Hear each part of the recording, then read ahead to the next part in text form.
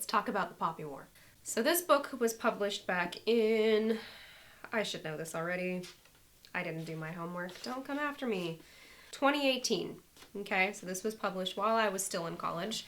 But I've heard it discussed for so long now as being maybe not the pinnacle of fantasy writing, but something worth discussing within the fantasy genre right now.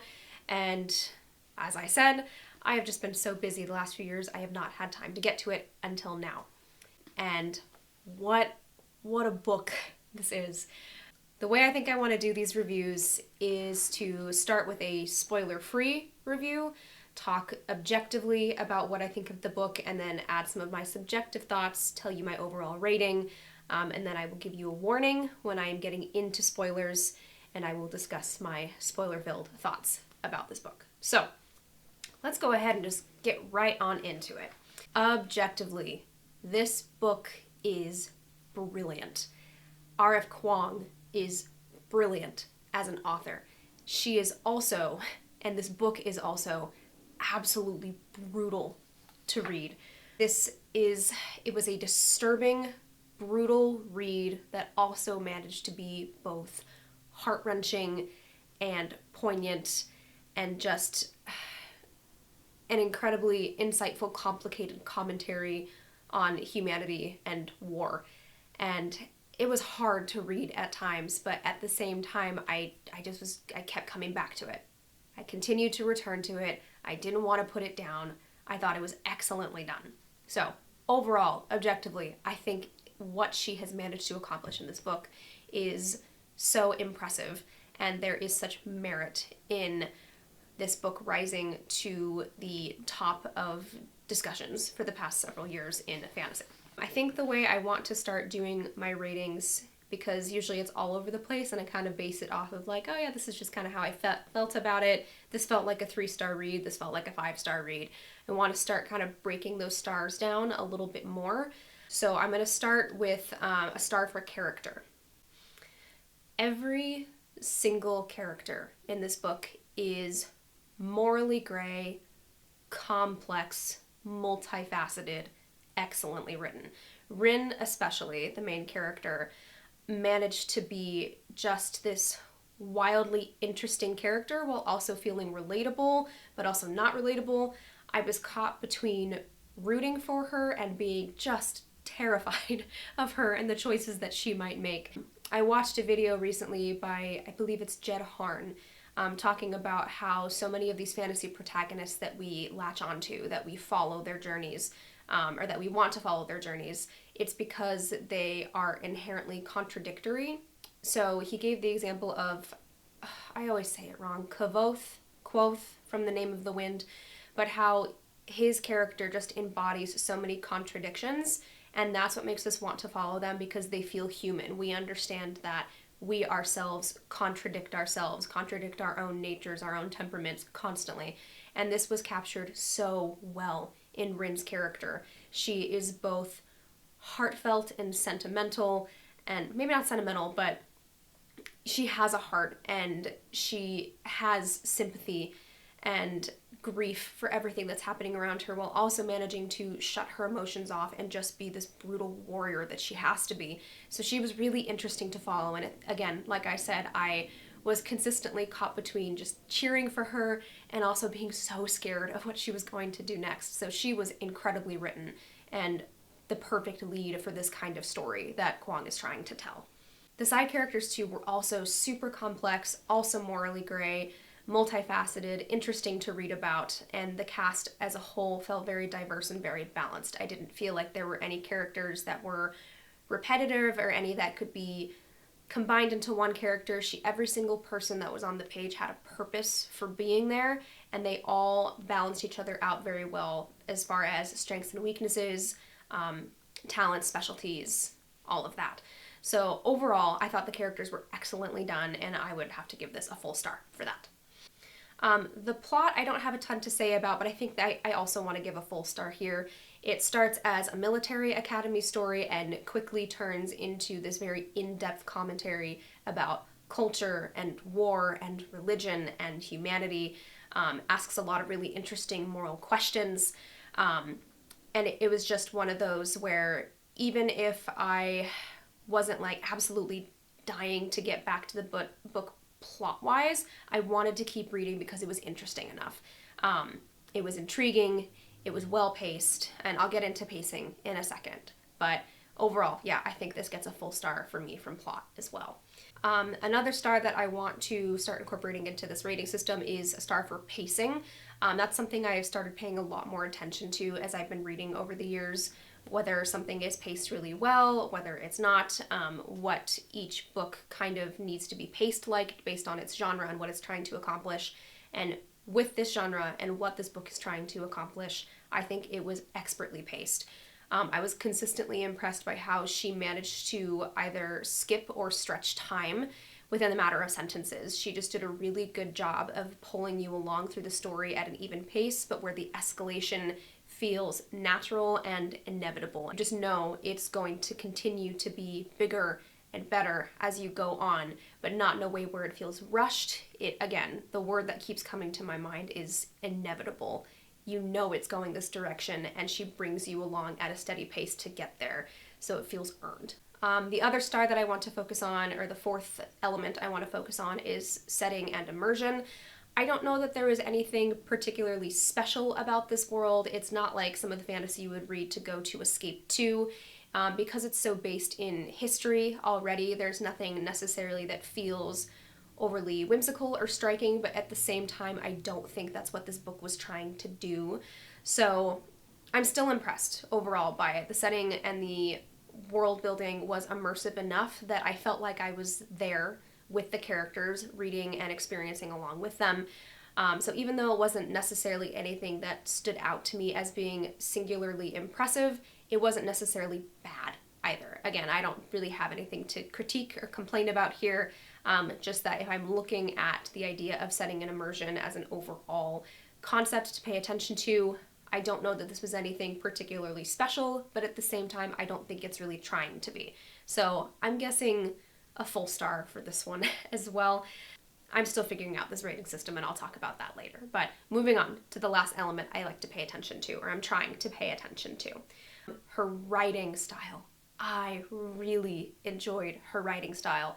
Kuang manages to be both academic and personal at the same time. She does a really good job of balancing the two of those together. She zooms in when she needs to, zooms out when she needs to, and I think it was her attention to detail in particular that really just sold me on the narrative as a whole. It's not necessarily super poetic, but it's not simplistic either. She focuses in where she wants your attention to be, and she really gives a lot of time to detailing those specific moments that are important, and then she'll zoom out and give you a broad overview where that's necessary as well. So again, her style was just unique, it was balanced, and it really was her voice that pulled me into the story, made me want to keep reading. I really appreciated the way that she described everything. It was done very well. You can tell that every single word that was put onto the page was put there with a great deal of thought and intentionality. Also, her fight scenes were awesome. I struggle so much with fight scenes in reading. I just feel so often like it's just pages and pages and pages of the same thing, and I don't really care, or I'm struggling to keep up with the action of what's happening. And her battle scenes, her fights were so well done. My attention was held. I knew what was going on. I understood why it was important to the characters. She nailed it. It was so fun to read those scenes. Okay, now getting into my subjective thoughts. This book is just so grim. It is so brutal and disturbing. While I have quite a threshold for those kinds of reads at this point, and I understand what those kinds of books are trying to accomplish, they are just difficult for me to read. And this one in particular, I had to put down a few times and return to it after a few hours, a couple of days. I read it in about a week, so it's nothing to do with the readability of it. It's just that what she is describing is just so nauseating, and the way that she, again, zooms into those details that really just sucker punch you, sometimes it was really difficult to read. And I personally, The books that I am drawn to, the books that become my favorites, are the ones that are a lot more hopeful, have a lot more of a redemptive arc to them. So for me personally, it was just difficult at times to get through. I wouldn't necessarily say that it is a new favorite of mine, but I just keep thinking about it. I am so impressed by what this book has to offer. So objectively, I think it is just absolutely brilliant. Again, so impressive, and I think this book managed to accomplish what it was supposed to accomplish. She does an excellent job of presenting in the narrative what she is trying to portray, and she's not shy about it. It isn't this rambling, we don't really know what the point is. That is her point, that it is brutal and difficult to read. So I can't say it's personally a new favorite, but I do think it's one that will end up on my favorites of the year for this year, because again, it was just so excellently done, expertly done. So overall, I think I'm giving this book 4.5 stars. I'm a little stingy with my 5-star reads over the past few years. I tried to reserve those for like absolute new favorites. Maybe I need to be a little less stingy on that, because I think maybe this could be a 5-star read, but I want to be able to marry both my objective and subjective thoughts. And so if I am marrying those together, then it's a 4.5-star read for me. But my gosh, it was so good. If you enjoy stories about war and how humanity gets tangled up in that, moral complexities with war, humanity, religion, culture, I highly recommend it. It's very well done. Now getting into my spoiler-filled thoughts. I have many. Oh my gosh. I need to talk about Rin. I have to talk about Rin. The entire time I sympathized with her. I felt for her so much. My heart was with her. I was also just terrified of her. Her inability to deny her rage and to look back on her rage-filled moments years later and go, that was stupid of me. Why did I react like that? The fact that she can't control that, it's such an enormous part of her character and so important to her arc, but it made me nervous for her and of her. So she was just so well written, but I don't know how to feel about her. On the whole, do I root for her? Do I remain scared of her? Do I hold both in tension together like she's doing with herself? I don't know. But oh my gosh, I have so many things I have to say about her. I have to read this note that I wrote because I'm just reading off my thoughts here. The fact that her name, Runin, kind of sounds like ruin, very telling. I'm both so anxious to see what Kuang does with her character in the books to come, and just so scared for what this girl can accomplish. I guess she's not a girl, right? She's 19. This young woman, what horrors she can bring to the page, and the fact that she is still clinging to little pieces of her own humanity even after everything that she's done and she's had to do. I'm so torn on her. She's such a well-written character. It is so well done. Another thing that was somewhat lacking for me in this book was that I really am attached to a read when I can sympathize with the characters and relate to the characters. And while I was able to sympathize with so many of them, I didn't find any of them particularly relatable. But at the same time, I wouldn't. So many of these characters, just the backgrounds they come from are not the background I come from. And I recognize that this is meant to be a commentary on just the experience of an oppressed people, the experience of racism of a young girl who is darker skinned than the rest of her peers, what she had to fight for coming from where she came from into this elite military academy. So obviously I'm not going to be able to relate to that. I'm not a military brat. I'm a very privileged young white woman. Obviously it's not going to be relatable for me, but that is something I did struggle with, was to connect to these characters in that way, because I just didn't feel relatable to any of them. The one that came closest for me was probably Katai. He might have been my favorite character, the one who was just consistently interested in academics and the research and the strategy of all of it, and just his sweet heart for Rin, the way he wanted to just befriend her no matter what anybody thought because he thought she was wonderful. I really loved Katai. He was fantastic. But yeah, again, because these are characters that come from a background of exclusion, it doesn't make them unrelatable. It was just unrelatable for me in particular, but that makes sense being the privileged person that I am. So I wouldn't say it's necessarily a detriment to the writing or the book overall. That's not a criticism of that objectively, just how I personally felt in trying to relate to these characters. But that said, they are still very human. So even though they didn't necessarily resonate with me, it was still very easy to sympathize with them and for them. I also so appreciated that Rin was heartfelt. I feel like so often with female leads we get either A, she's way too sentimental to make a point, or B, she's completely ruthless and brutal also to make a point. And she was just both of these and neither of these things at once. The fact that she consistently was able to grieve the destruction around her while also being a part of it. The fact that she was still scared going into battles and she felt very small and human in that of, I remember particularly when the Federation marches on Sinigard, how she just had that overwhelming fear of, I am going to die and I've been training for 5 years and what was it for? I don't know what it's like to have to kill a man. I don't know what it's like to have to be in battle, and that just very understandable fear of this young girl who has never known war. I really appreciated that it wasn't just this immediate like, oh yeah, I'm so brave, I can take it on no problem, or I'm gonna go cower in a corner because I can't handle it. She stood her ground, she was brave, she did fight, but it was hard for her, and it is consistently hard for her throughout the entire book. I appreciate that she is multifaceted in that way, that it is written where she feels just like a relatable person while also having to do the terrible things that she does.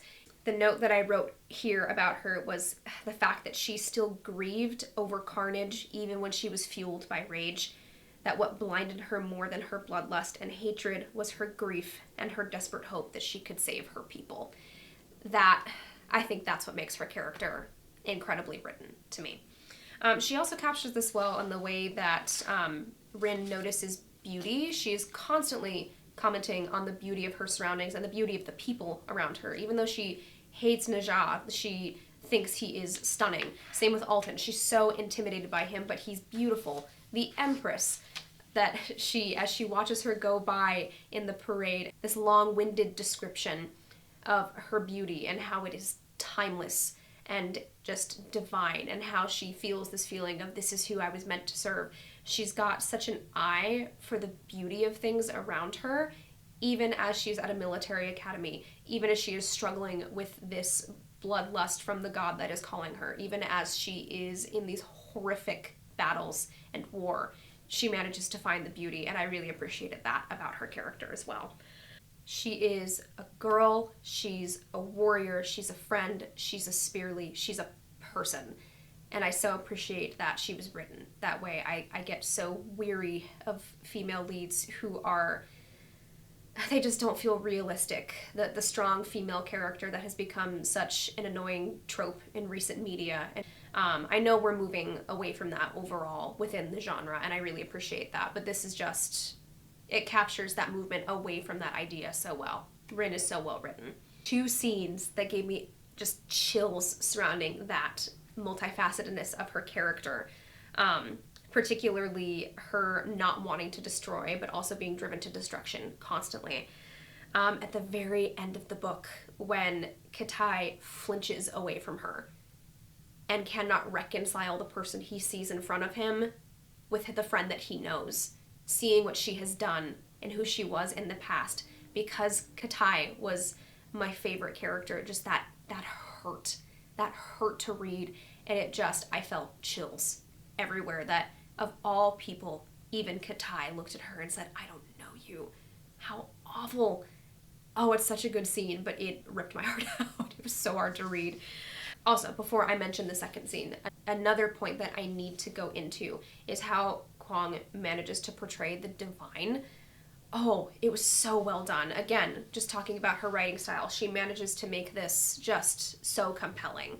their terrible beauty, their divinity beyond the plane of what you can understand, the sheer vastness of their power, how terrible, how beautiful they are.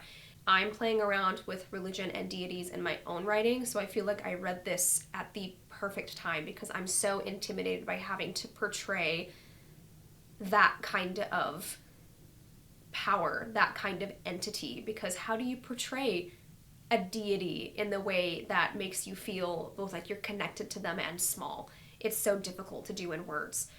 The language she uses to emulate these characters, these deities, is cosmic, it's grand, but you also, through seeing it through Rin's eyes, feel that almost visceral connection to them as well. The way Kuang describes them, they are both tangible and unknowable. It's terrifying and so well done. But on that note, the scene that just made me sick to read with Rin's contradictory character, when she finally goes to call on the Phoenix, when she reaches the Spearly homeland, when she goes down to the temple, the way that Kuang sets it up with everything being so much about, the gods are just these overwhelming entities. You cannot deny them. You have to be so careful when you call upon them because they can consume you. The way she set it up, where it seems where Rin almost doesn't have a choice but to call on the Phoenix, like she's been chosen and she can't get out of it and it's inevitable, when the Phoenix looks at her and says, "You were given every opportunity to back out of this. You were given every chance to deny my power, but you were here before me, so you have nobody to blame but yourself. Do you understand what you're asking?" And she says yes. That, my gosh, I'm still trying to fathom how that makes me feel. It was, how do you even discuss something like this? And it's so true, the fact that she's being both influenced by this god and the fact that she had every opportunity to walk away from it, that she had so many warnings from so many different people in her life of, this is going to destroy you, and it's going to destroy more than you, it's going to destroy everything. It's not just your enemy, everyone is at risk, yourself, the people you love, the entire world. And she still says yes, because she is so enraged, because she is so grieved by what is happening, because she feels like she has no other choice but to do this. And the fact that she can still manage to be horrified by her own actions afterwards, to me that was the point of the book, and it made it so hard to read and to get through that scene, and I'm still thinking about it. I'm so impressed and horrified by it. Other random thoughts to just wrap it up. There's 100 things I could talk about. Jiang was an incredible character. I loved him. He was probably my other favorite besides Katai. They might have been tied. I loved them. And Irja was also wonderful. She had so many fantastic characters in this book as a whole, but Jiang in particular, I loved him. The brutality of this book is what made it so difficult to read while also being so well written. I think in particular back to the scene where she finds Venka in the pleasure houses and she's trying to comfort her, and then suddenly everything just comes spilling out of Venka and she can't stop herself from describing what's happened, and how Rin she doesn't want to hear it anymore and she wants to escape and she feels sick listening to it, and just the detail of that scene of what they went through at Golan Nice. I had to put the book down, I think, for the rest of the day. I listened to that chapter on audiobook, and at the end I took my headphones out and I put it away and I said, I'm gonna wait to continue.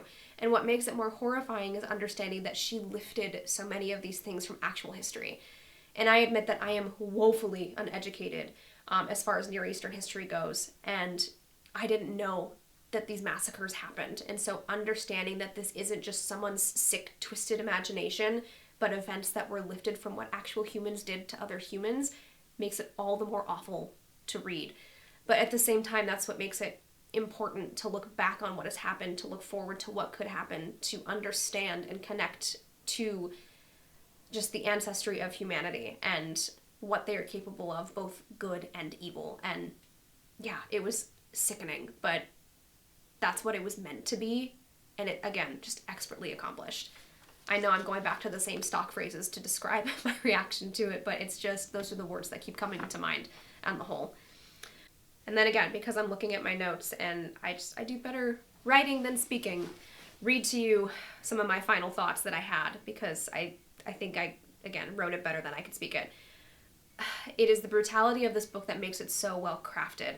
There is so much that Kuang holds in tension, humanity and brutality and destruction, both for the sake of destruction and love for your people, at least on Rin's side, because everything she does, I feel like, was driven by her, just her desperation to save her people, her love for Katai, for Zhang, for Neja, for Alton. It was her heart for these people that led her to choose the Phoenix in the end. How poignant. How terrible. Again, it's not necessarily a new favorite of all time, but it's one that I think is going to stick with me for a while. And like I said at the beginning, I think this will probably end up on my favorite reads of the year list, and one that I will continue to come back to inform my own writing in the future. Her handling of language, her subtle world building, her action scenes, her action intertwined with inner dialogue specifically. It's just all so good. So again, while I'm not like, oh my gosh, this is my favorite book ever, I'm so dang impressed by this entire thing. So, my thoughts on the Poppy War. On to book 2. I'm scared. I'm excited. We'll see what the rest of the story holds. Thank you, as always, for coming along on this journey with me. What are your thoughts if you have read it? If you haven't read it, are you wanting to read it? What has drawn you to this book? I would love to discuss with other people who are interested in this book or who have read it in the past. More reviews to come soon, more updates on writing to come soon. I will chat with you all soon.